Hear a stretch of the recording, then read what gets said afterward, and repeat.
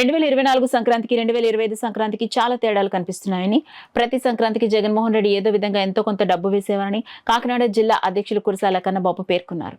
కాకినాడ రమణపేటలో గల జిల్లా YSR Congress party camp కార్యాలయంలో కన్నబాబు మాట్లాడుతూ, ఈ సంక్రాంతికి చంద్రబాబు ఏ పథకం అమలు చేయకుండా ప్రజలను మోసం చేశారని, గతంలో అర్హత ఉన్న ప్రతి మహిళ అకౌంట్లో డబ్బులు పడేవని అన్నారు.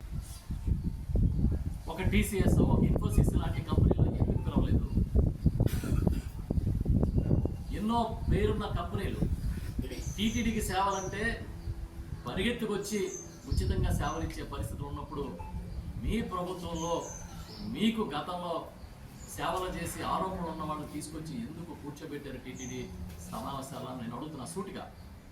ఇది చాలా క్రైమ్. ఇది మీ ఇష్టం వచ్చిన వాళ్ళు నియమించుకోవడం కాదు. నిజంగా ఆర్టిఫిషియల్ ఇంటెలిజెన్స్ టీటీడీలో ప్రవేశపెట్టాలంటే అడ్రస్ లేని వాళ్ళని తీసుకొచ్చి కూర్చోబెట్టడం కాదు.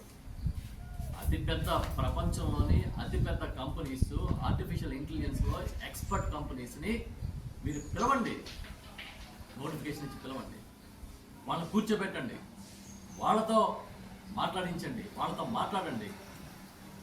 ఎలాంటి సాంకేతిక పరిజ్ఞానాన్ని టీటీడీలోకి తీసుకురావాలని మాట్లాడడం మానేసి మీరు ప్రైవేటు వ్యక్తుల్ని తలాతోకలేని వ్యవహారంలాగా తీసుకొచ్చి టీటీడీలో కూర్చోబెడితే రేపు వాళ్ళు చేసే తప్పులకి ఎవరు బలైపోతారు? భక్తులు బలైపోతారు, ప్రతిష్ట బలైపోద్ది.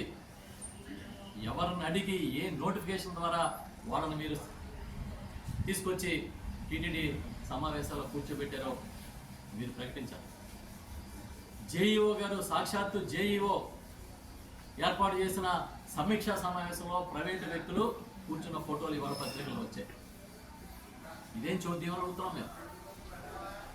పోనీ ఏ ప్రవేశపెట్టడం కోసం ఇచ్చే నోటిఫికేషన్ ఉంటే ప్రకటించండి. ఫలానా డేట్న మేము నోటిఫికేషన్ ఇచ్చాం, ఈ దేశంలో ఏ కంపెనీ ముందుకు రాలేదు, ఈ ఒక్కళ్ళే వచ్చారని చెప్పండి. టీటీడీ అంటే ఏంటి అసలు? తిరుమల తిరుపతి దేవస్థానం అనుకున్న వైభవం ఏంటి, ప్రాశస్యం ఏంటి, ప్రపంచంలోనే అత్యంత పేరున్న ధార్మిక సంస్థ ఎంత చులకనగా మీరు బిహేవ్ చేస్తారు? దీని గురించి ఎవరు మాట్లాడారు? ఇప్పుడు దీని గురించి మాట్లాడండి. ప్రభుత్వంలో ఉన్న పెద్దలందరూ మాట్లాడండి. సనాతన ధర్మాన్ని కాపాడే పెద్దలందరూ కూడా దీని మీద మాట్లాడాలని కోరుకుంటున్నాను. మీరు ఎలా పడితే అలా ఎవరిని పడితే వాళ్ళని తీసుకొచ్చి టీటీడీ మీటింగ్లో కూర్చోబెట్టడం ఏంటి? ఎందుకు కూర్చోబెట్టారు? ఒకవేళ కూర్చోబెడితే దానికి ఉన్న వాళ్ళకి ఇచ్చిన అధికారాలు ఏంటి? మీరు బోర్డు ఆమోదం ఉందా? బోర్డు ఏమని ఆమోదించింది? ఎవడో ఒకరిని తీసుకొచ్చి ఇచ్చేయండి అని ఆమోదించిందా? లేకపోతే నోటిఫికేషన్ ఇచ్చి ఆర్టిఫిషియల్ ఇంటెలిజెన్స్లో అత్యున్నత ప్రమాణాలు కలిగిన సంస్థలను పట్టుకురమ్మని చెప్పిందా? లేకపోతే పలానా వాడిని XYZ మీరే గుర్తించి ఇచ్చేయమని చెప్పిందా? అదన్నా చెప్పండి. బోర్డుకి, టీటీడీ అధికార యంత్రాంగానికి కోఆర్డినేషన్ ఉందో లేదో మేము తెలుసుకుంటాం. ఒకవేళ ఇచ్చి ఉంటే అలాంటి తీర్మానం బోర్డు ఎందుకు చేయాల్సి వచ్చిందో చెప్పండి. ఏ అర్హతతో వాళ్ళని ఎంపిక చేశారో చెప్పండి అని మేము డిమాండ్ చేస్తా ఉన్నాం. జగన్ గారు, డిప్యూటీ సీఎం గారు కర్నూలు జిల్లా వెళ్ళి పిన్నాపురంలో ఒక హైబ్రిడ్ రెన్యూబుల్ ఎనర్జీ ప్రాజెక్ట్ని చూసి ఇది అద్భుతమైన ప్రాజెక్టు, ప్రపంచంలోనే బ్రహ్మాండమైన ప్రాజెక్ట్ అని కితాబిచ్చారు. చాలా సంతోషం.